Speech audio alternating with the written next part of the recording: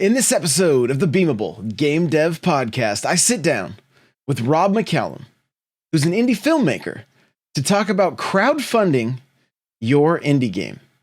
Let's jump into the interview. Rob McCallum, how are you? Excellent.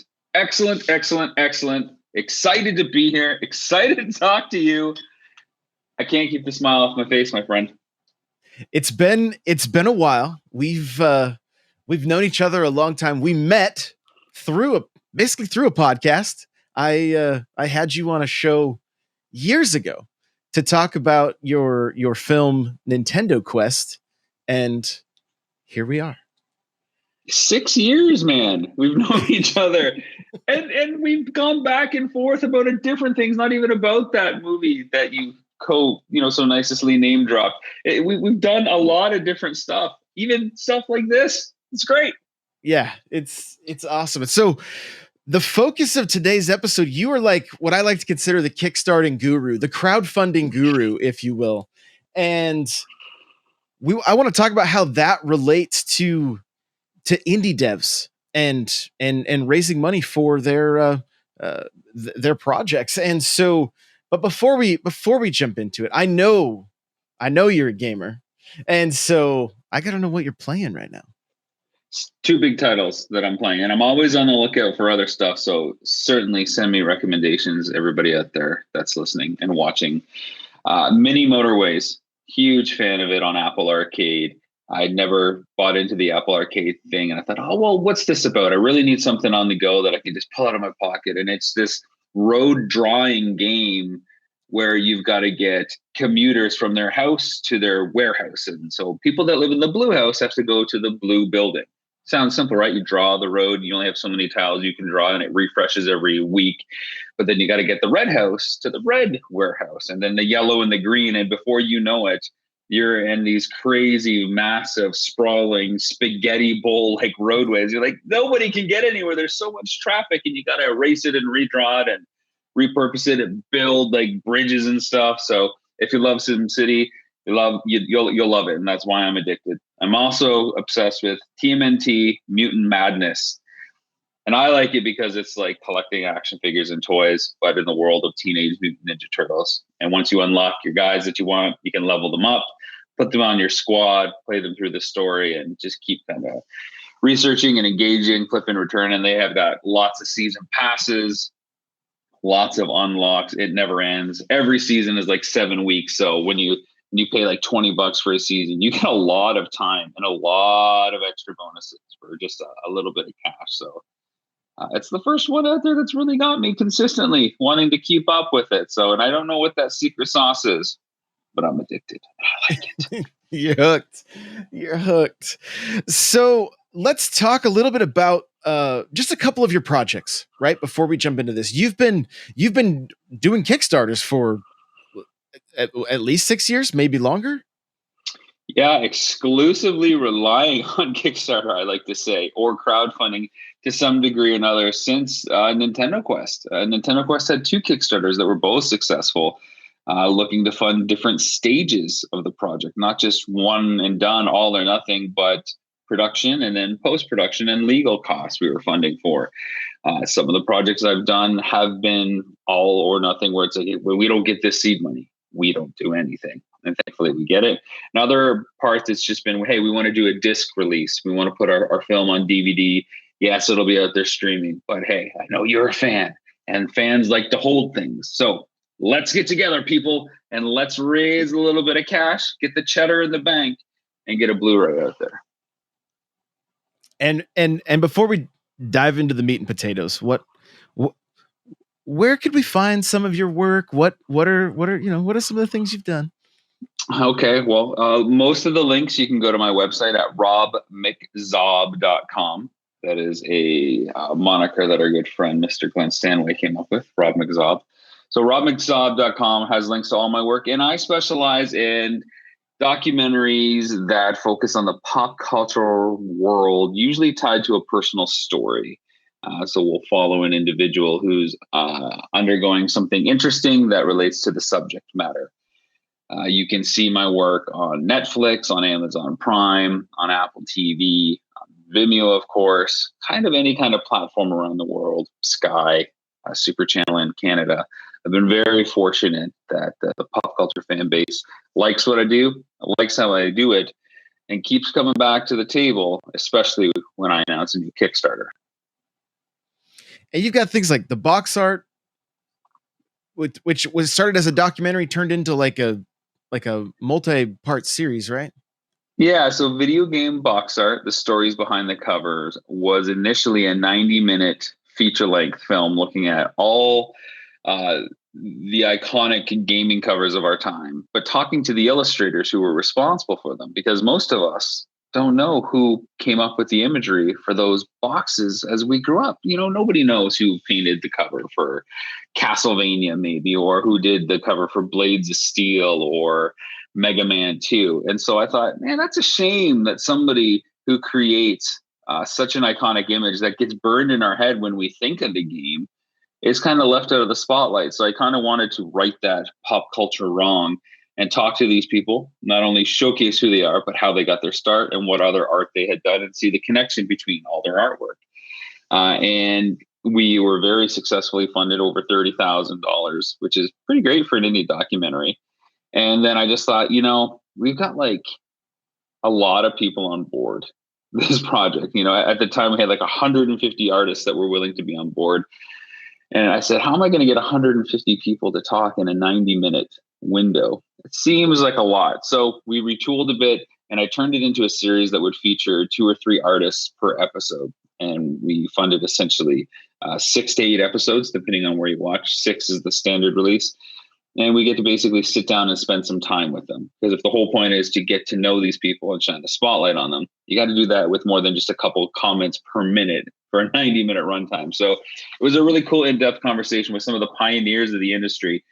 And along the way, you get to see how the industry transformed from its infancy of the Fairchild Channel F days in the 70s to kind of how the introduction of Photoshop and marketing and agencies come in the mid 90s, and how that changes the industry and what the role of the artist becomes as a result.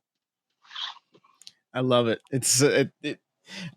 I love all your work. It's always been such a joy to know when there's something new coming out, or and we even got to meet in person as you guys were doing the theatrical release of Nintendo Quest, and it was quite the experience. It's very cool when you get to meet somebody in person that you only met online. Like I said, 6 years ago, we met in person. Almost 6 years, not long after from when we're recording this, actually, to be honest. It was right around this time.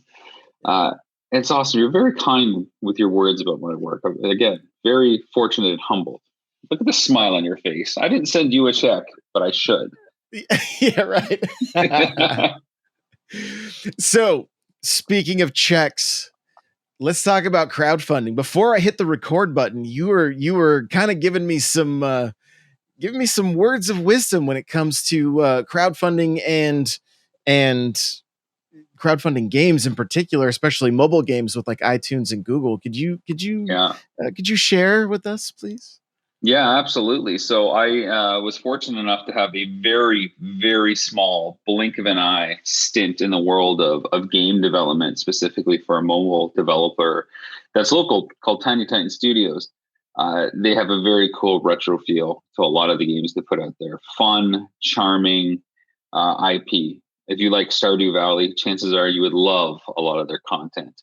And even though my time with them was quite brief, very eye-opening. And it was so cool to get to know that world a little bit more. And it really helped shape me as a filmmaker as well. But what I thought was fascinating was how Kickstarter was viewed by a kind of maybe unofficially through the grapevine. The word was that Kickstarter and crowdfunding was not a good tool to use for anybody in the mobile dev world, especially with a free-to-play game, because that could be seen as a way to circumvent revenue sharing with these major platforms. As you know, the Google Play Store and the Apple Marketplace, they take a chunk of the games, and they're very, very strong players in the mobile world, and they don't like being cut out of something. So they don't want to see companies raising millions of dollars offering lots of free currency, free in-game currency, or free weapon packs or something that's the developer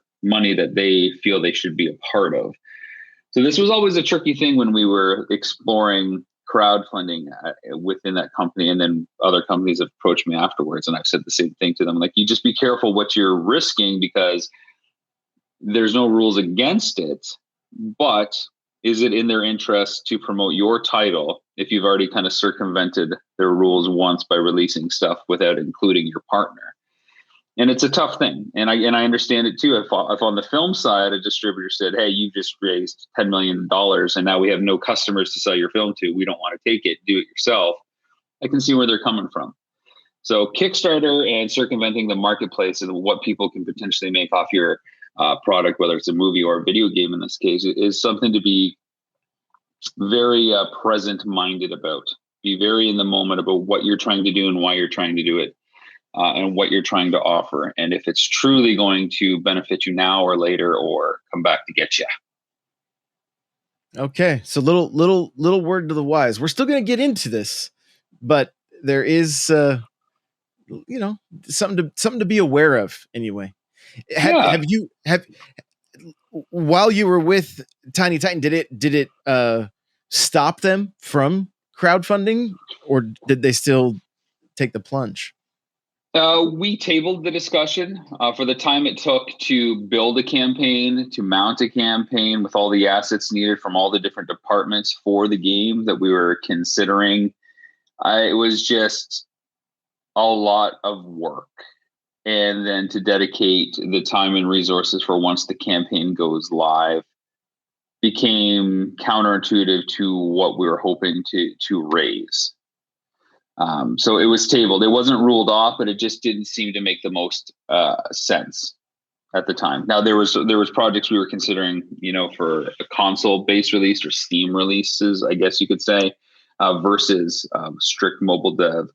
But just the exploratory round was like, oh, this is what we found. It might not behoove us to do this. And then if that wasn't a factor, does the time sink and the effort sink? Is it going to yield what we want for this? And it's always the question, how much time do you have to do this? Because running a crowdfunding campaign is a lot of work. We've talked at length about this. And so I've lost years running crowdfunding campaigns. Like the 30 days that the typical campaign runs cost me 30 years of my life. I'm actually 16 years old, folks. This is what I look like. Right. Exactly. So let's say I'm prepping my game. I've got my idea. I've got some, a decent prototype, and I'm like, I want to fund this thing. Mm-hmm. What are some of the first steps to jump it onto Kickstarter? So you've already made the decision. You're going to Kickstarter. Yes. Yeah, let's do it. Kickstarter it is. Well, you've got to decide how you want your game to come across. Just because you have a playable demo or something to showcase in the way of a trailer, perhaps, you've got to figure out what all your ad copy is and all your related imagery, so that somebody that finds that campaign or clicks on a link somewhere in social media, you have to find a way to envelop them in the entire world of your game, whether that's 8-bit retro tennis or whether that's, Arctic survival, first-person shooter. You have to make sure that the themes and the messages and the vision of your game can now be translated to a platform and can work within the fields that platform allows you to use. So this isn't like creating your own website. You've got certain fields and certain image restrictions and asset restrictions that you have to then cobble together onto this page-like experience that will hopefully convince somebody to get behind your crowdfunding initiative. You have to figure out what the pitch is for your game. Is it to get it made? Because, well, you've got a demo. Clearly, you don't need money. If you can make a demo, you can make a whole game, right? Is it just to get it released? Is it for something specific? Is it for something physical that isn't related to the game at all but ties into the game? Again, with my films, we'll do DVD and Blu-ray releases. Normally, streaming is the way right now, right? We watch all our entertainment on the go, click a button on demand. Broadcast is still part of it, but even within that, you're not guaranteed a DVD or Blu-ray release. So that is always a staple for me. What can you do for your game? You've got to really start thinking about how to make your crowdfunding opportunity an attractive option for your target market. And who is your target market? Who are you going after? All video gamers? There's a lot of different kind of gamers out there. What genres are you going after? What genre is your game? Is it blended? Is it a mashup between genres? Well, which ones are you going to target? How are you going to get the word out about this campaign? Are you going to target influencers? Or are you just going to do it yourself? I could sit here and talk questions for the next hour, Josh. And you would just sit there politely listening and nodding your head. But I think you probably want some more answers than questions. Yeah, absolutely. And so, I mean, like you said, you do have to ask those questions, and those are all important because they're going to dictate the way this plays out, right? So let's say I have my third person, Arctic survival horror, third person shooter with some RPG elements, and and maybe it's a BR. I don't know. This I'm in survival BR. Hearing the pitch, I'm in. Here's my $20. I'm in. Yeah, survival horror BR. Okay, so I've got all that down. I know I'm going to be going after like survival horror fans and BR fans, and I've got all the marketing material ready to go. The pitch is ready to go. The Kickstarter's put together. I hit go. Now I've got my 30 days. What does that 30 days look like? Well, you just go back and you put your feet up on the sofa, watch a little TV, glance over at your laptop every now and then. Maybe you look at your phone and think, oh, look at that. There's a couple more bucks. Doing pretty good today. Well, I don't think you age yourself in those 30 days by sitting back and watching TV. No, the reality is, ideally, you've put in about 6 months of work before you even hit that go button on Kickstarter. Before your campaign begins, hopefully you've put in 6 months of work. Yep, it takes that much time. And that's because sometimes you need time to let things just simmer and cook. It's even with the film stuff that I've done. I thought that I knew my film and I thought that I knew how to market it. And then I start putting stuff on the page, and then I'll go back after a day or so and read it, go, this isn't getting at the core that I want. Or I can share like private links with people and they can look at it and they say, this isn't the project that you pitched me. What you pitched me and what resonated with me was something different. So you've got to do 6 months of work before you even hit the go button, because you have to figure out what you're going to do when those 30 days begin. I like to break it down into 4 weeks. So 28 days, I guess, plus a few extra, depending on how the calendar sits that month. And what are you going to attack week 1, week 2, week 3, week 4? When I mean attack, I mean what points you're going to drive home. What are those messages you're going to put out there within those broad themes? And then within that week, every day, what are the subtopics that you're going to attack? So if you're talking about week 1, hey, we're live, which is the common one. And the last week being, hey, it's about to end. What are those mini topics that you can say, like, hey, we're live, we're a brand new Arctic survival VR game, and then really just drive home the genre. And then maybe you're driving home how new and stuff the music is. But you will hopefully have done some press outreach.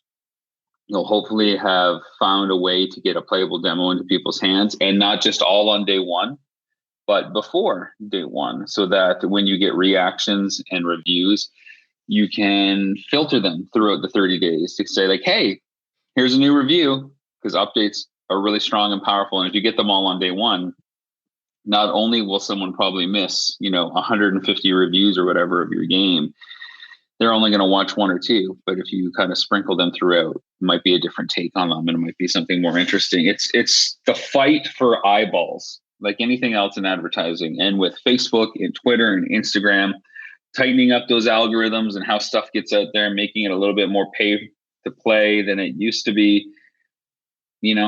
You used to talk to Aunt Mary all the time on Facebook, and now you never see her gardening posts anymore. So you might have to do some, outreach. You might have to pick up the actual phone and use it to call somebody if you can imagine that crazy concept and just let them know about your game. I can't. Let's talk about, let's break this down a little bit, because, you did say like like some press outreach. How and who are you reaching out to? Well, who do you follow for your games? Who has covered games like yours before? What YouTubers are out there that you really like and appreciate that also align with your game? And how can you entice them to take a look at what you've got?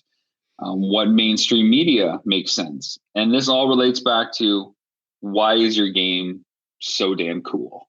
And why is it, worthy of asking people for money?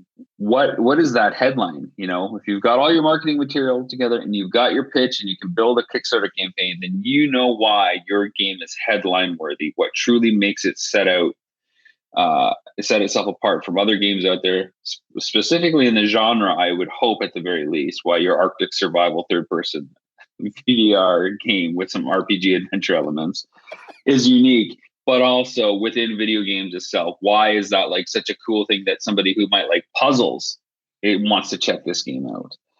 How does it defy norm, and what is like that water cooler kind of conversation moment? You mentioned Nintendo Quest, and our big thing was, it's a documentary on Nintendo and why people still love it, 30 years later at the time. But what the water cooler question was the crux of our film idea. Can this guy who loves Nintendo still, the original NES system, can he go in 30 days and collect every single original NES game without making any online purchases? And people thought, well, how would you do that? How could you do that? So people start talking about it without even realizing that they're buying into the whole crux of it. So how can you get people to talk about your game and salivate for it? The same way when you see a movie trailer or a game trailer. E3 is so cool, right? Because you get to see all the game trailer stuff that comes out. You're like, oh, I can't wait to see what that game is like. What's that experience? How do you communicate that play experience from visual media? And when you figure out the best way to pitch that game, that's when you can start really opening up opportunities. Make a press release, send that to different people. Talk to bloggers. Be your own blogger. Be your own podcaster. Talk about it. Start, a 30-day podcast where you do an hour every day or a half hour, whatever it is, talking about different aspects of your game. And then get that trending. Get that all over the place. Share it with other people. Talk to other game devs about your game. Share it with them. And not only can you leverage their star power from what they do in their community by having them on your show, you get to hear their thoughts and solicit their advice about your game. It's a win-win. When that content that you're creating with that podcast can be used not only to go out and become a marketing material for you, but it can also be used as your updates on your for Kickstarter, right? Which then Absolutely. In turn, like, as I was thinking about this, I wrote a post about this not too long ago on beamable.com, and the way I see it is you can almost kind of leverage something like a podcast where you're like, hey, I'm going to be sharing what we're talking about with all of my current backers. So it's going to be a chance for more eyes to get on whatever it is that you're also working on, right? And to introduce more people to your brand. And so, but this all takes work. This is not. It all takes work. And it's interesting because people, and I set this up specifically, and you I think you've already hit it on the head, and you probably realize this. People think, oh, I'm going to do a project. Now I'm going to do a podcast to help promote it. Well, imagine, dear ladies and gentlemen out there listening in the world, imagine if the project wasn't the game, but the project was the podcast, and the thing that you're mentioning every now and then are all these other projects that you're doing. So that the driving factor and the spine of who you are is the podcast, that repeatable user experience. There's a game dev term for you. What if your podcast was that digestible thing that people depend on weekly to see who you are and hear your thoughts? And if they want an extension of you, another thing to satiate their appetite, they can check out your game. The perfect example is someone like Kevin Smith.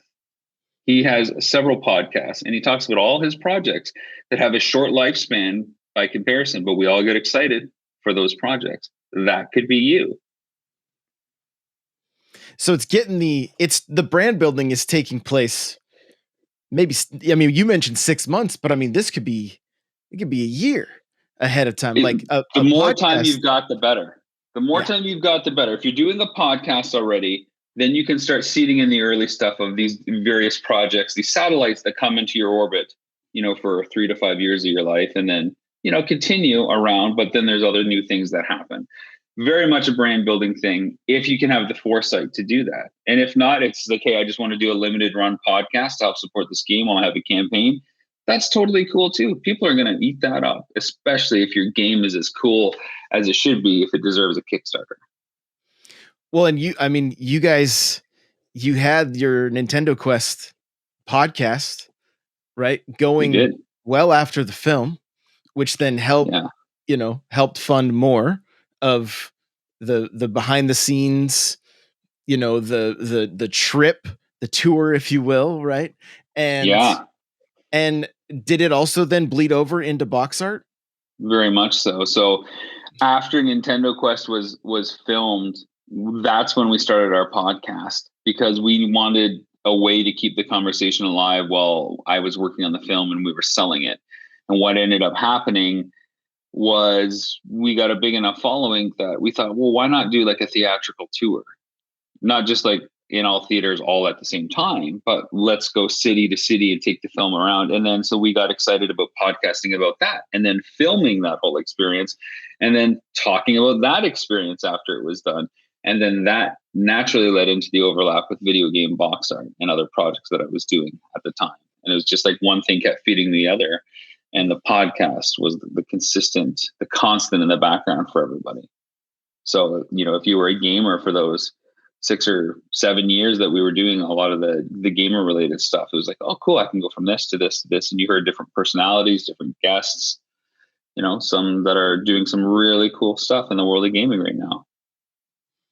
Yeah, it was always a good time to fire that show up and be able to hear what was going on in the lives of Rob, Jay, and Glenn. So I loved it.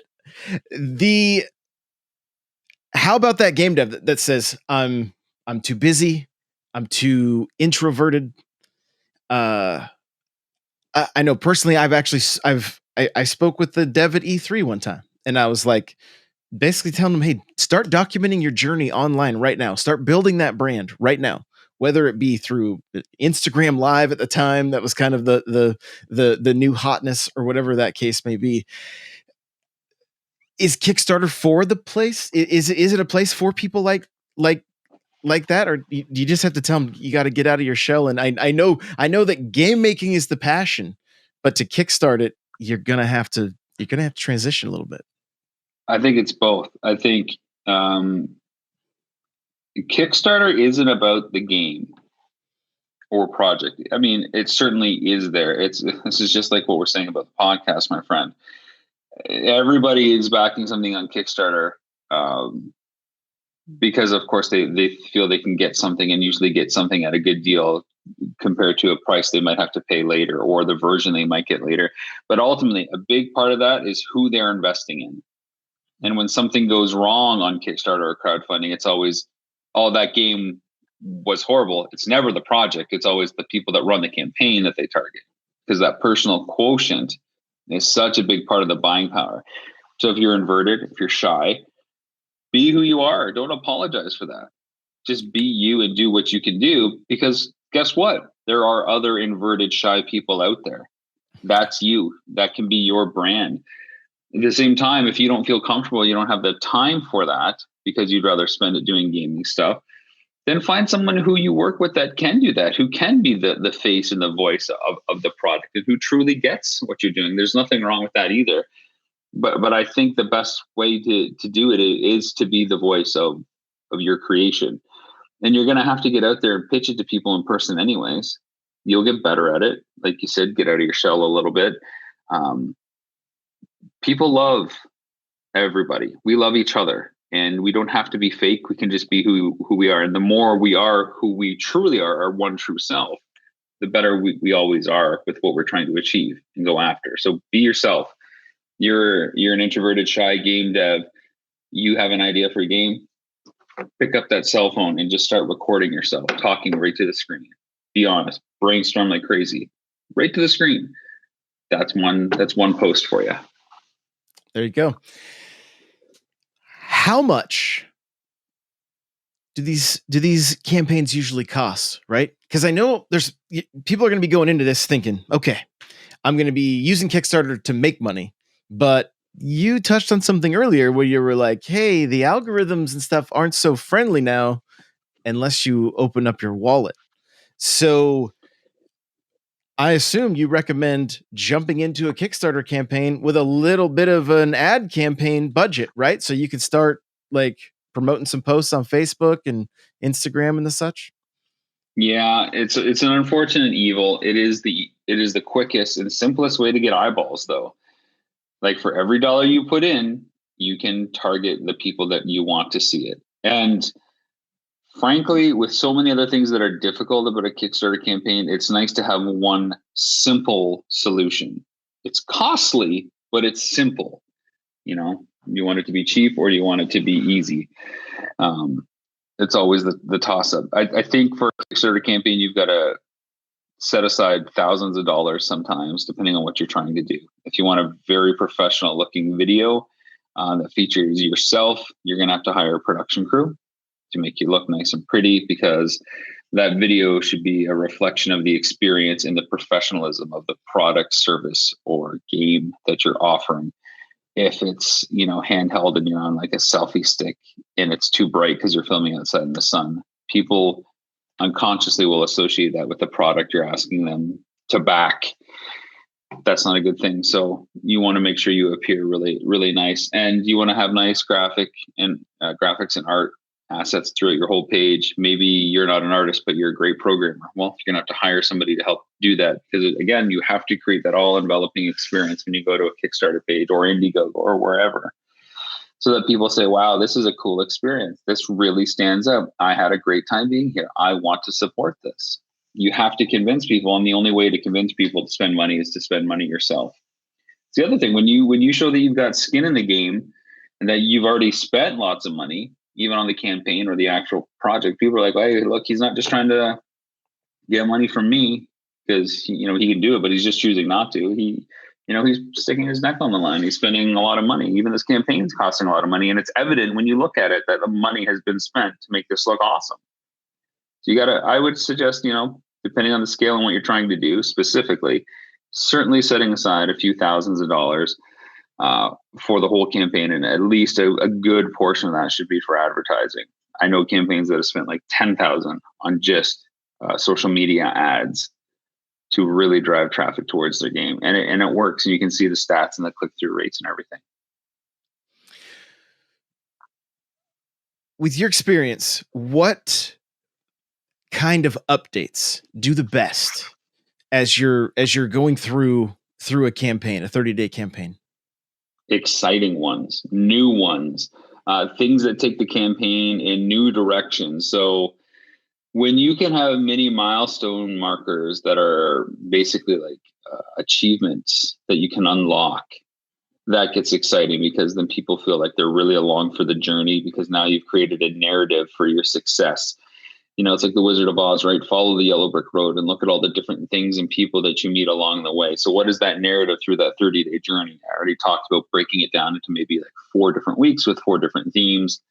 Having new unexpected things happen is always the coolest thing, because your backers will increase over the 30-day time span. So you'll have more and more reactions as you go, of course, but it's like, oh my God, this major publisher is interested, or they just checked out the game review, or they just checked the game and here's their review of it. It's like, it's really exciting when somebody established will support and shine a little bit of light on what you're doing.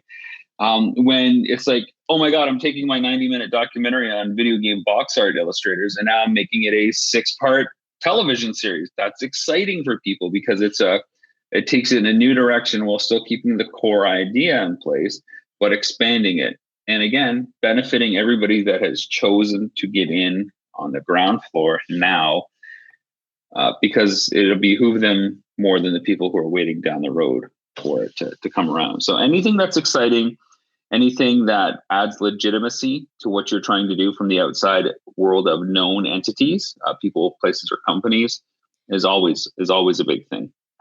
Even if it's a breakthrough where like, you know what, I've decided to add another level. This isn't going to change anything, or I'm reworking that, or here's some art assets that I haven't shared yet. Just been waiting, to get to a certain level to, share some screenshots, or, you know what, I've decided to make, level 1 playable for everyone. Here's the link. Check it out now. So it's just, there's lots of ways that things can be exciting. It's a living, breathing organism, and allow people to cherish it like a Tamagotchi with you. Let everybody feed this thing together and watch it take on a life of its own. As you've done this through the years, and you've seen multiple campaigns, you've seen some people stick with you from the first to your current projects. How do you go about letting people know that they are a part of this story, not just sitting back putting, it's not just about their dollars, right? It's not about them opening their wallets, but it's about them being a part of what it is that you're doing. It's only about the dollars, Josh. I don't care who you are or where you're from. I just want that cheddar. You just want the check. Okay, fair enough. Give me the check. Give me that check. That's all I want. That's why I make art for the money. Right? Why I make art. Honestly, it's how you act. It really comes down to how you act. I like interacting with people. I'm a very personable individual. I like talking to people, and when people send me messages, I send them all back a response. I reach out to people. I, forge, friendships with these people as a result. And some people may go from one campaign to another that I create because they like the project, but ultimately I think it's because they like who I am and how I do things. I'm very hands-on. I don't like hiring other people to do stuff. I'm very transparent. If I have a hiccup or a snafu, I say that, and I say, like, this is the deal, and people understand, and they share their issues that they've had with me, and it just becomes a community, like a brand, but we're doing this together. And there's nothing better than when you fulfill a campaign and send your rewards, and you get that message from somebody who says, oh my God, it just showed up in the mail today. It's better than I thought. I can't believe I'm holding this in my hand. I'm stopping all my other plans because it arrived in the mail today, and I'm watching it tonight, or I'm reviewing it on my YouTube channel. Thank you so much. And it's like, don't thank me. Thank you. I'm just glad it got to you, and now enjoy it. Enjoy it.